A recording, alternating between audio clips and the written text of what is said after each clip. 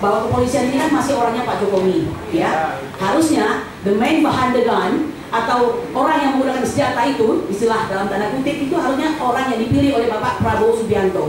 Tapi sudah sedemikian lama Bapak Sigit Listio tetap dipertahankan. Sedangkan kita tahu dengan sangat menyesal kami harus menyampaikan bahwa polisi punya historis atau sejarah untuk merekayasa perkara.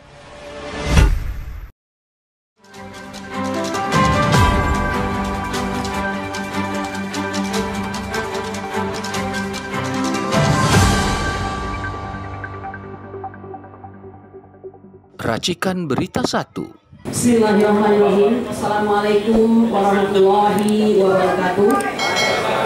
Patut kita bersyukur pada hari ini bahwa kita ada dalam suatu agenda, yaitu press conference sehubungan dengan somasi kepada Presiden ke-7 Republik Indonesia sehubungan dengan pernyataannya ada orang besar di balik daripada peristiwa atau perkara ijazah palsu saudara Joko Widodo. Bapak-bapak, ibu sekalian, saudara-saudara sebangsa dan setanah air, memang sangat disayangkan bahwa keberanian rakyat berperan dalam penegakan hukum ini harus dibayar dengan suatu ancaman hukuman, ya, sebagaimana ada 12 orang yang saat ini sudah menjadi sebagai terlapor.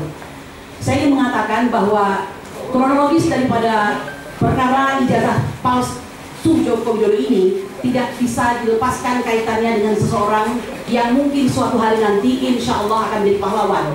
Ya, dia bernama Bambang Tri Mulyono.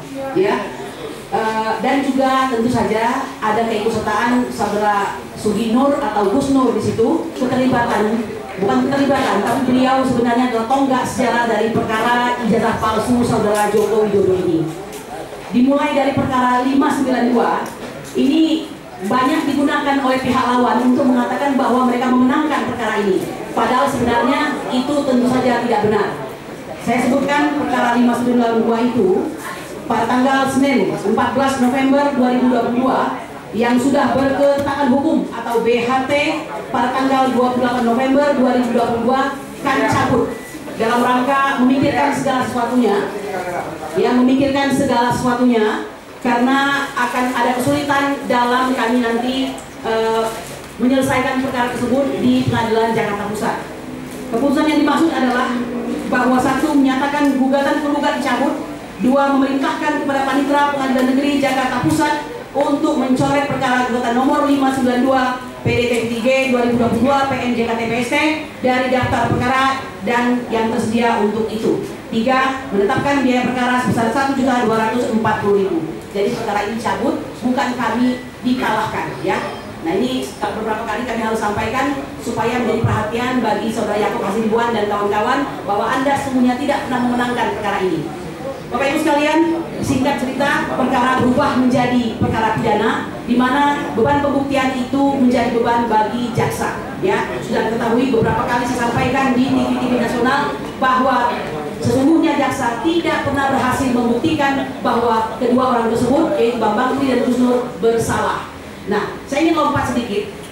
Dalam gelar perkara khusus, itu Bapak Idam Panila yang mungkin harus kecewa karena pihak Bareskrim dalam hal ini mengatakan bahwa perkara khusus tersebut, gelar perkara khusus telah benar dilakukan dan apa yang dihasilkan itu sudah sesuai karena kami pihak yang melaporkan ini tidak menggunakan data yang primer, ya, yang menyebutkan sebagai data sekunder. Kami mengatakan data kami adalah data primer, ya. Setelah saya kontak dengan saudara Profesor Egy Sujana, mengapa kami katakan ini data primer? Data primer itu adalah suatu keputusan, ya. Inkrah pertama itu adalah keputusan banding dahulu, ya, yaitu keputusan banding nomor 271/Piksus 2023 PT Semarang atau PT SMG dan putusan banding 272/Piksus 2023 PT Semarang. Dan ini diperkuat dengan keputusan kasasi yaitu keputusan 4850/Piksus 2023 dan keputusan kasasi nomor 4851/Piksus 2023. Kedua keputusan ini telah kami sampaikan di hadapan ya ketua gelar perkara khusus beberapa waktu yang lalu. Jadi sebenarnya yang tidak mengolah data-data tersebut adalah pihak daripada Farwa Siti, ya. Nah dengan demikian ada apakah itu tentu masyarakat bisa menilai. Mohon maaf kami harus sampaikan di sini ya, karena memang sudah waktunya untuk berterus terang.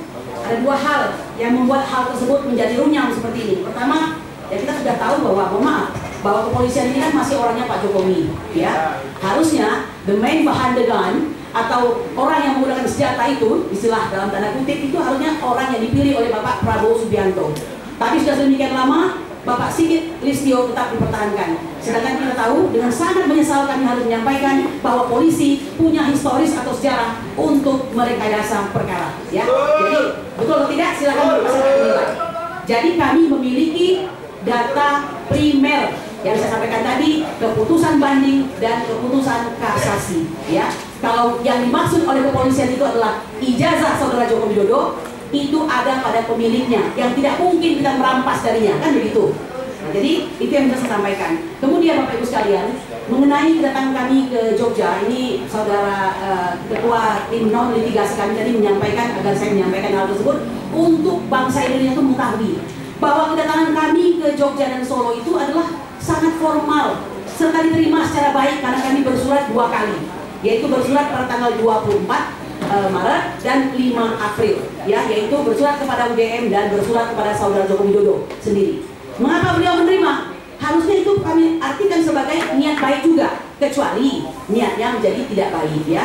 Nah, kami harus sampaikan juga meskipun dengan tidak enak hati ini bahwa sesungguhnya adanya bukan laporan ya, dumas kami, pengaduan masyarakat kami di Barreskrim itu adalah menjadi penyebab daripada timbulnya laporan saudara Joko Widodo di Polda Metro Jaya, walaupun beberapa kali dan secara terus-menerus denial atau ditolak oleh pihak kuasa hukumnya, ya.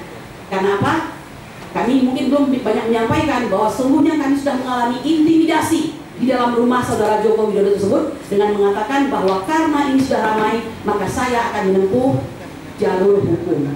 Jalur hukum yang dimaksud itu bukan melaksanakan suatu gugatan perkara PMH misalnya di suatu pengadilan negeri, tetapi yang dimaksud adalah mempolisikan. Dan terbukti pada tanggal 30 April 2025 kami dilaporkan dengan atas 5 orang berinisial RS, TT, ES, dan K. Ya, itu didahului dengan suatu laporan yang napok nyirih tangan. Jadi istilah itu menggunakan tangan orang lain terlebih dahulu dengan pasal penghatutan, ya. Salah satunya terhadap saudara kami yaitu berinisial Rizal Fadila. Itu inisial atau nama lengkap itu? Jadi demikian ya. Bapak Ibu sekalian, kami memilih berjuang dengan berani, ya. Bahwa demokrasi itu harus diperjuangkan dalam ius constitutum, hukum yang berlaku positif, bukan hanya slogan. Meskipun faktanya ada ancaman terhadap penegakan hukum, dan itulah yang terjadi pada bangsa ini.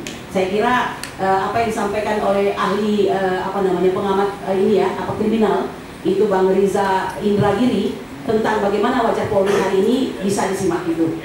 Nah, saya mau menyampaikan sedikit lagi bahwa setelah kami dinyatakan sebagai terlapor itu, TPUA mengeluarkan sebuah surat resmi, ya, yang tidak akan saya bacakan semua, tapi ada 4 yang sangat penting di sini.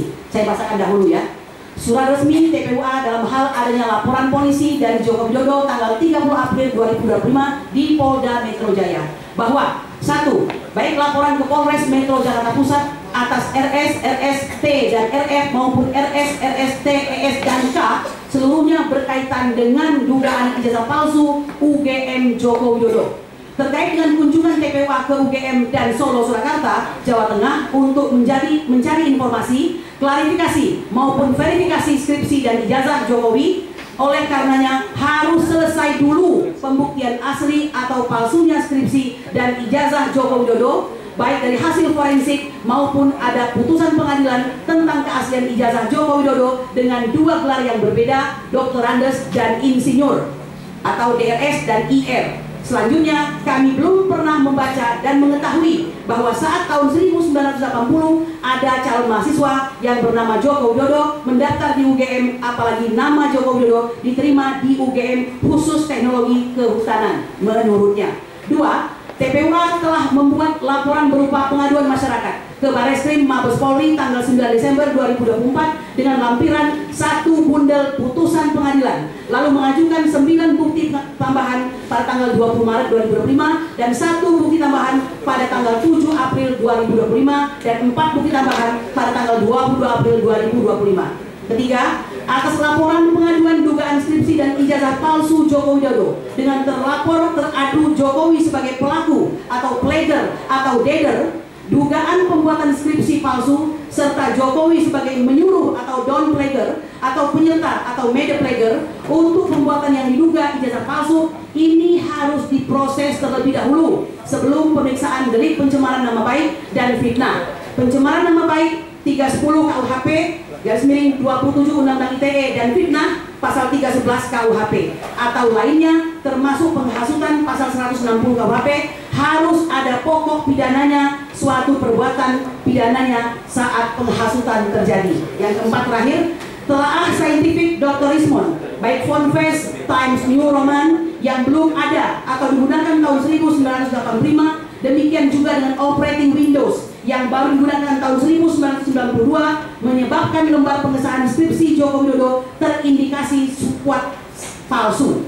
Belum lagi format tanpa penguji, kapan diuji, siapa dengan sesungguhnya, serta pembimbing apakah Profesor Ahmad Sumitro atau Kasmujo sebagaimana yang diakui Jokowi dalam skripsi tidak ditemui nama Kasmujo. Ini hanya sebagian dari surat resmi TPWA dalam hal menyikapi laporan polisi pada saat itu. Bapak Ibu sekalian, saya kira pasti banyak yang akan bicara nanti ya. Ini menyampaikan satu hal yang paling penting, bahwa tidak ada orang besar di belakang TPWA. Ya, kalau orangnya besar-besar karena mungkin gemuk dan sebagainya, ya itu contohnya saya saja. Ya. Saya ingin mengatakan, janganlah Anda mengumbar yang namanya fitnah, ya. Karena seorang negarawan setelah selesai lengser ke Prabowo itu, yang diutamakan adalah legacy yang dia tinggalkan. Anda bisa meninggalkan jalan tol, Anda bisa meninggalkan banyak bangunan-bangunan yang hebat, walaupun itu diiringi dengan meninggalkan hutang. Sesungguhnya yang harus dilakukan adalah jadilah negarawan yang baik, yang tidak hanya sibuk wara diri seperti yang Anda katakan harusnya beristirahat, tapi justru terus-menerus mengobarkan api kebencian di sesama anak bangsa. Kalau demikian, kita teringat dengan apa yang disampaikan oleh Edward Snowden, ya. When you exposing crime, then you treat as a committing crime, it's sign that you lead by criminal. Ya, tentu tidak yang demikian itu. Saya kira demikian saja. Assalamualaikum warahmatullahi wabarakatuh.